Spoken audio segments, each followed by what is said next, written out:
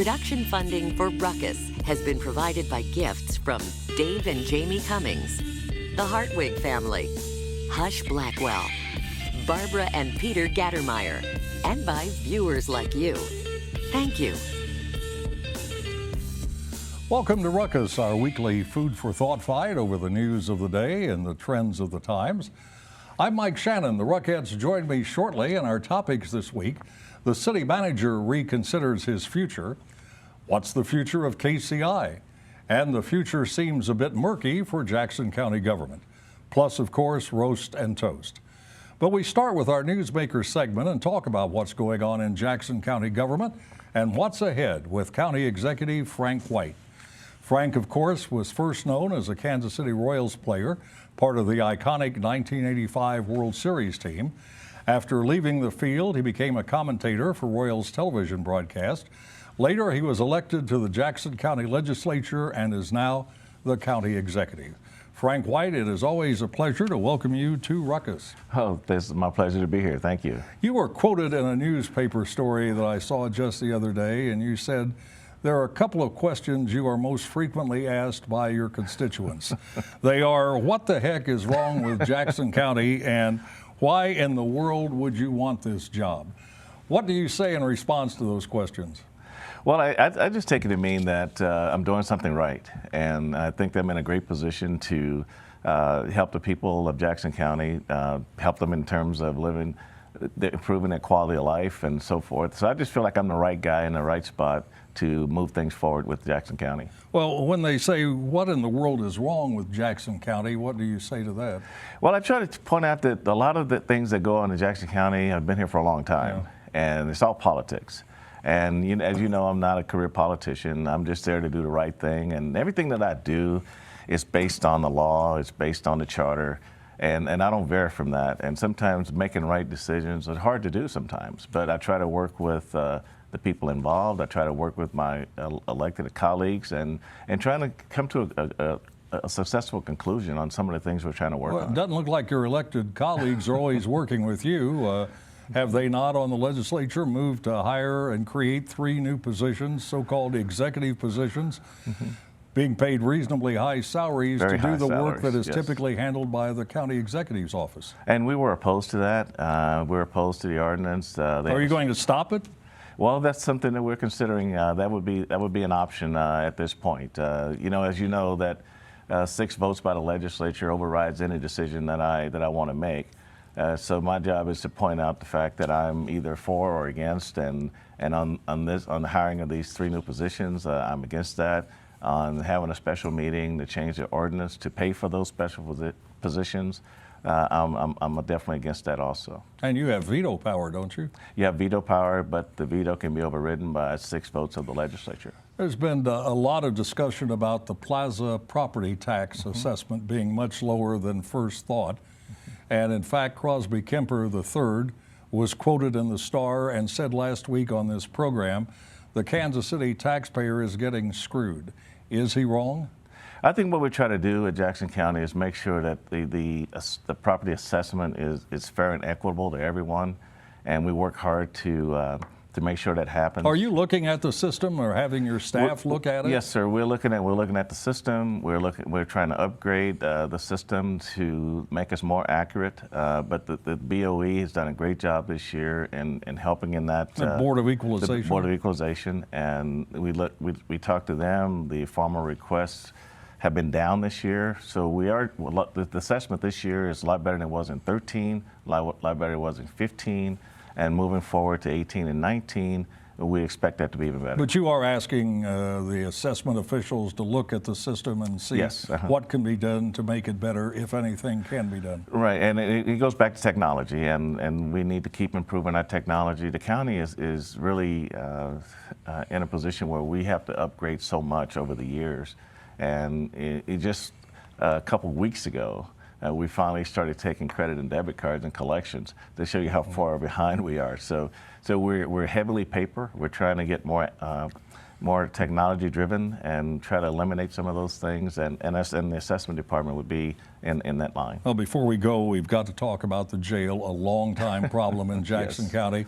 A consultant report told you in the legislature two options, either renovate it or rebuild it. Both are extremely costly, more than $150 million. What do you plan to do? Well, at this point, we just gotten our priority list back from HOK in terms of. They're the ones who worked on the jail. They did the infrastructure evaluation of the jail for us, and they gave us that report back, and then we asked them to go back and do a priority list. So because we have to continue to make improvements, we have to continue to provide safety, security for the corrections officers and also the inmates themselves. That's one of the core values of the county. And so with that, we're trying to determine what's the next steps to go from there. I'm putting together a task force.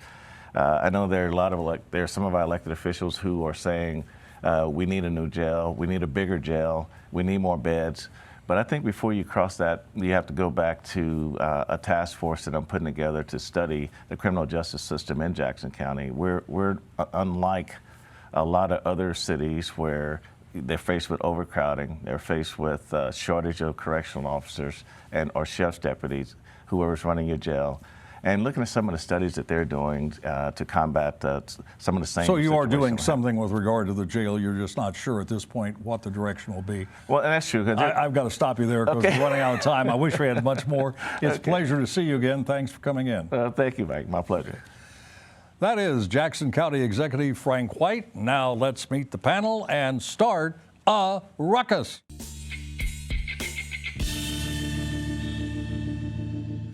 Attorney Laura McConwell is a former three-term mayor of Mission, Kansas. Jim Heater is a former city councilman and CEO of the Greater Kansas City Chamber of Commerce. Mary Ann Murray Simons is a freelance writer and consultant. And Woody Kozad is head of the Kozad Company, a government relations firm. All-star panel tonight. Welcome to all of you. It's good to see you again. Thanks for coming in. Thanks, Mike. As we touched on during my interview with Frank White, there is a lot of controversy emerging from Jackson County government. There's the recent debate over property tax assessment on the plaza and tax policy in general. There is the unusual step of the legislature trying to add 3 high-paying positions, presumably to do work typically handled by the executive's office. And of course, there is the omnipresent battle over what to do with the troublesome Jackson County Jail. But let's begin with this question. Is friction of this sort commonplace in county government, or is this a unique problem caused by the departure of a seasoned executive, Mike Sanders, and the election of White, a new and less experienced leader? And we start with Woody. Well, it's an age-old problem aggravated by having an inexperienced county executive and a bunch of county legislators who've been around since we were cast out of the Garden of Eden. And so look, I remember the steel cage death match between Victor Callahan and County Executive Catherine Shields, and they're both friends of mine. I didn't want either of them to be killed in that combat, but it was fun watching them gouge and scratch and fight and bite, and that's just gone on. And it's not just Jackson County, it goes on in Clay County. This is not uncommon in county government, and so we have it here. One of the issues raised is the jail. We have all the people who insist you can't rehabilitate the airport say you can rehabilitate the jail.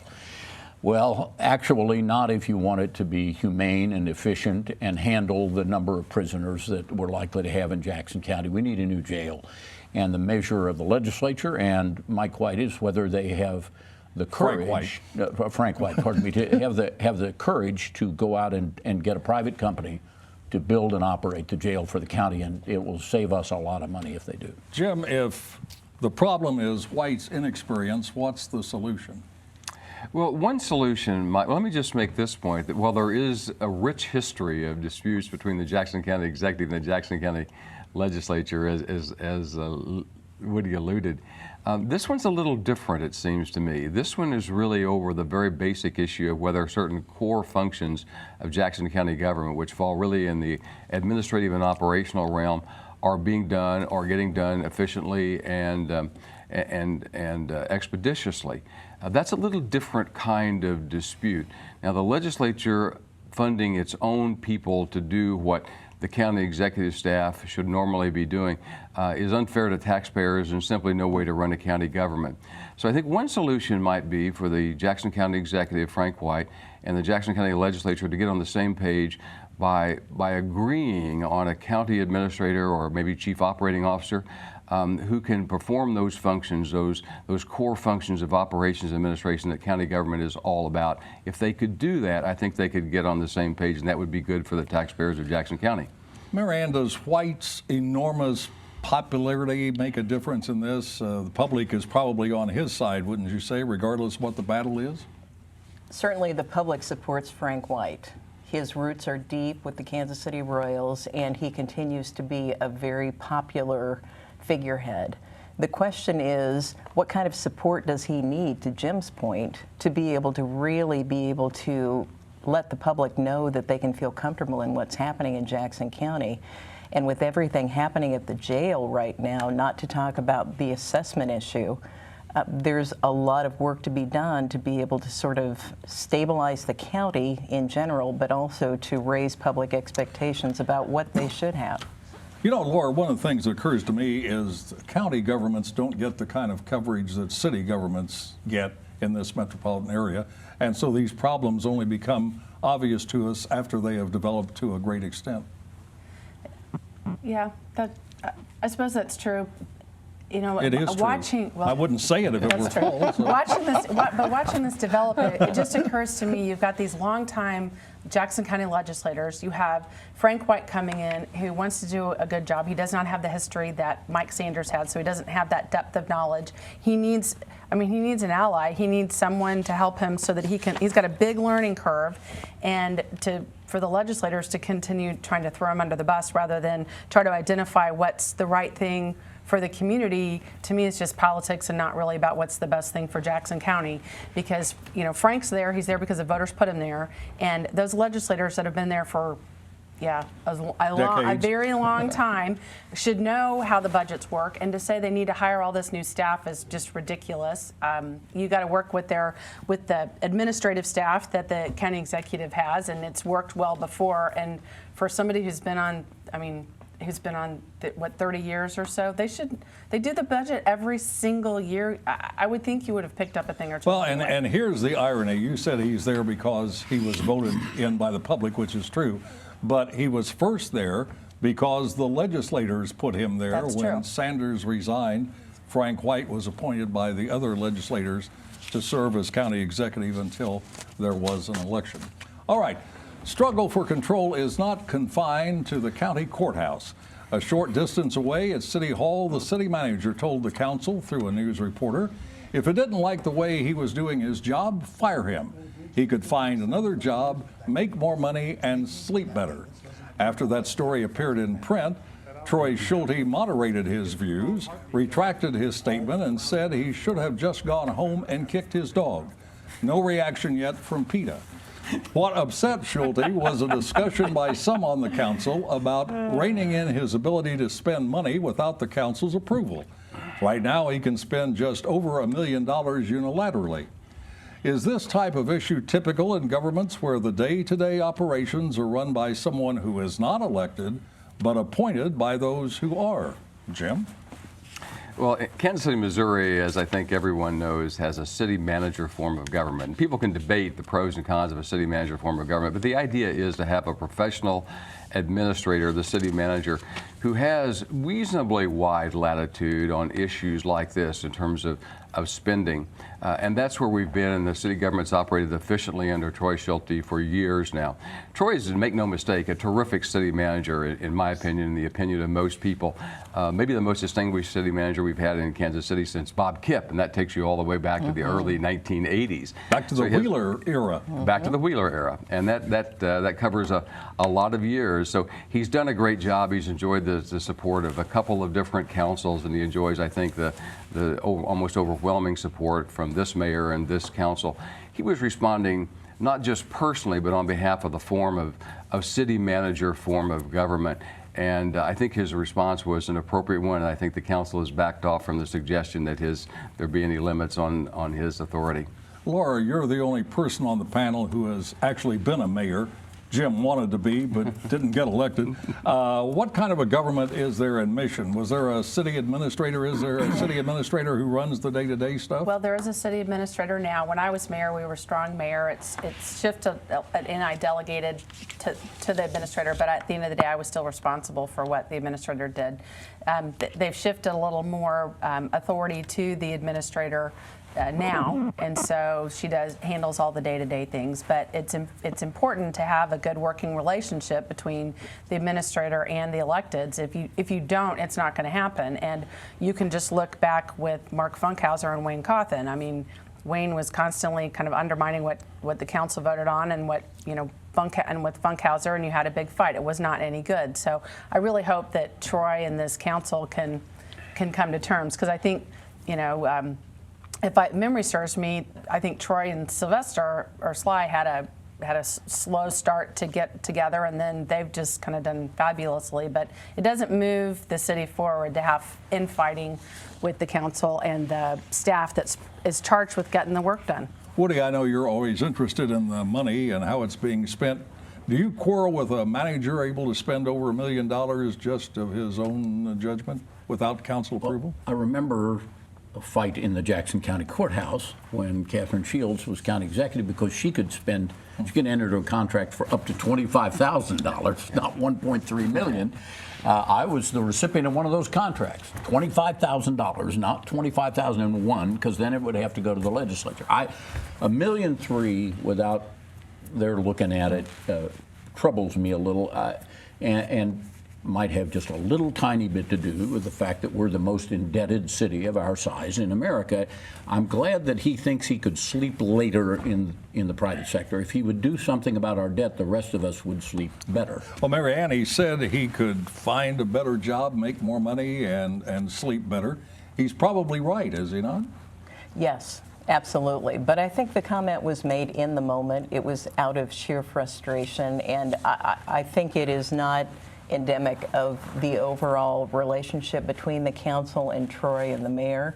I think there's a strong bond, and I think Kansas City, Missouri, once the vote happens next week, we'll move forward and we'll have a little kumbaya that will happen. There's a lot of stress at City Hall. Well, this right wasn't now. the most propitious timing, was it, Jim, with that election coming up next week and quarrels going on at City Hall between the manager and some on the council? Not a good time for the city manager and the city council to enter into any kind of public dispute. I think that's one of the reasons that you saw it dissipate pretty quickly. Quickly resolved, wasn't it? All right, that will take us to our next topic. By this time next week, we will actually finally know whether voters said yes or no to a new airport. Proponents got a boost from the head of Southwest Airlines, Gary Kelly, who came to town and told business and civic leaders that Kansas City deserves the opportunity to grow, and the airport in its current stance prohibits growth. Once again, he refused to promise more flights if a new terminal is built, but the implication seems to be there will be no new flights if a new airport is not approved. So we are down to the wire now, and here is the question. Do you want a new airport? And do you think the majority of voters will share your view next Tuesday? I know you can't vote in the election, but I'm curious anyway. Would you like to see a new airport, and do you think voters will agree with your view? Well, something needs to be done, and for Kansas City to grow, and something's got to be done with the airport. People smarter than I am think that having new airport's the way to go. And I will tell you that if I had a lot of private dollars to invest in Kansas City and the public and community was not going to support infrastructure growth and infrastructure replacement, I'd think long and hard about investing my hard-earned private dollars in a community that wasn't going to take care of its airport. So I think that is yes. You So would I vote think yes. I vote yes. Do you think the majority of voters in Kansas City, Missouri will agree with your viewpoint? Well, I see more organized proponents than necessarily opposition. Yeah. So a lot of times voters, when they're not sure what to do, the default is not to vote or to vote no. But since I'm not really seeing a big opposition, everybody agrees we need to do something with the airport. They're not real clear what. I think that there's a lot of incentive for people to vote yes. All right, just before I get Mary Ann to answer that same question, I want to remind you, tomorrow evening, Friday evening on KCPT at 7:30, Kansas City Week in Review with Nick Haynes will spend an hour discussing the pros and cons of a new KCI. He'll have people from both sides. That is Friday evening, Kansas City Week in Review, an hour-long program, 7:30 to 8:30. Nick Haynes, and the question of yes or no on KCI. Now, Marianne, the question to you. If you could vote, which you cannot, Correct. because you don't live in Kansas City, Missouri, you live in expensive areas of Johnson County. But if you lived in Kansas City, Missouri, would you vote yes or no? And do you think most of the voters, the majority of voters, would agree with you? I would vote yes, absolutely. I think the majority of voters will, in fact, vote yes. And I think the reason is that anyone who uses KCI understands the need for a new airport. And Laura made an excellent point. This is an economic development issue long-term for the city.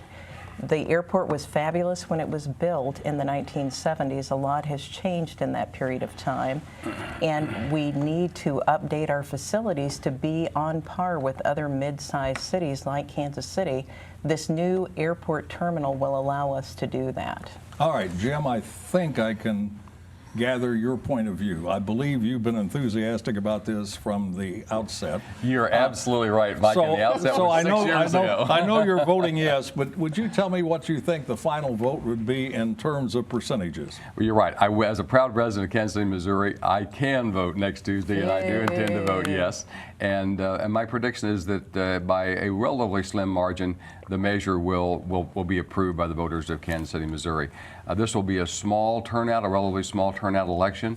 I think the people who've been running the campaign in favor of a new single terminal at KCI have run the kind of campaign that will get the yes votes out. And as Laura pointed out, I have not seen really an organized or financed campaign against the proposal. I think that all augurs well for a celebration for Mayor James. All right, before I get to night. Woody, let me ask you this. What if, and I know you don't think it's going to fail, but what if it fails? What happens then, if anything, at KCI? What will happen is that this will be revisited, probably not by this mayor and council, but by the next mayor and council. But I think you could see in the event that it does not get approval of the voters next Tuesday, you'll see the issue back within 2 years, and you'll see a whole new process to select a builder and financing for the new single terminal at KCI. Eventually, there will be a new single terminal at KCI. Woody, you've not been particularly supportive of this new airport over the years, the many years we've discussed it here on this panel. Do you think a no vote will prevail? Right now, I would guess, Glenn Grant was on last week on Ruckus and said, you know, all the money, and what you all have said, all the money's on one side. The guys who want to borrow and spend always have the money. And so they have the money, and if you put a gun to my head, my bet would be they will prevail narrowly, as Jim said, because it's a turnout election, and the other side doesn't have the money to do that kind of organization. If I were living in Kansas City, I'm just a country boy from out in Platte County. If I were living here, I would be voting no to punish them for the 3-year campaign of lies and deceit that have characterized this. Woody's on the program to represent rural America. I mean, there is something to be said. I got to stop you there because we're out of time. We're going to head over to the soapbox. Head over to the soapbox for Roast and Toast, where the Ruckettes have about 30 seconds each to celebrate or excoriate people and events in the news. Now you can talk, Laura. Well, I'm going to celebrate the Houston Astros. I think they brought home, congratulate them for a great series, and also the Dodgers, but they brought home some well-needed cheer to the city of Houston. Mm-hmm. Yeah, after the hurricane, the floods. Harvey. All right, Woody. I'd like to roast Jacob Turk, who is running as a purported independent in the 8th Senatorial District of Missouri, out in southeast part of Jackson County, Lee Summit area, against Mike Sirpoy, who has a great record as leading in the House down in Jefferson City and would make a great senator. And Turk, who's supposed to be a Republican, filed as an independent with the help of the crazy left lady running on the Democratic ticket. Look, being an independent is sometimes a good thing, but not always. Goats are independent, hogs are independent. And now Jacob Turk is independent. See, rural America. Yep. Goats and hogs. Jim? Mike, back to the issue of the vote next Tuesday on KCI. I'd like to toast Mayor James, who has been the face of this campaign, and all those who helped organize and implement the campaign for running a very fact-based campaign. The Kansas City Star wrote an editorial a couple of months ago which said, looking ahead to this election, let's just stick to the facts and let's give the voters the facts they need to make an informed decision. I think through social media, through television, through targeted mailing, they have done that. They have made the case for why we need a new single terminal at KCI, and they've done it without emotion and based on facts, and I congratulate them on that kind of a campaign. All right, and Marianne. I would like to toast U.S. Senator John McCain for his statesmanship and for getting out of the fray in D.C., really trying to open up the dialogue related to how we talk to each other and how we compromise.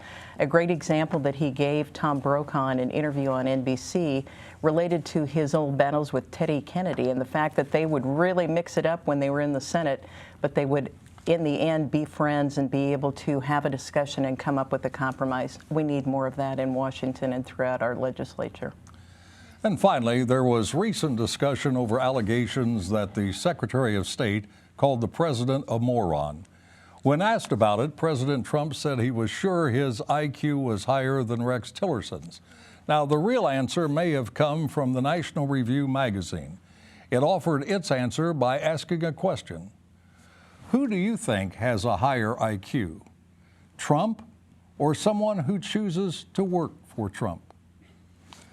And that is Ruckus for this week. We are back next Thursday at 7. Now for the Ruckettes and the crew, Mike Shannon saying thanks very much for watching. Thanks to all of you for being here tonight, and good night.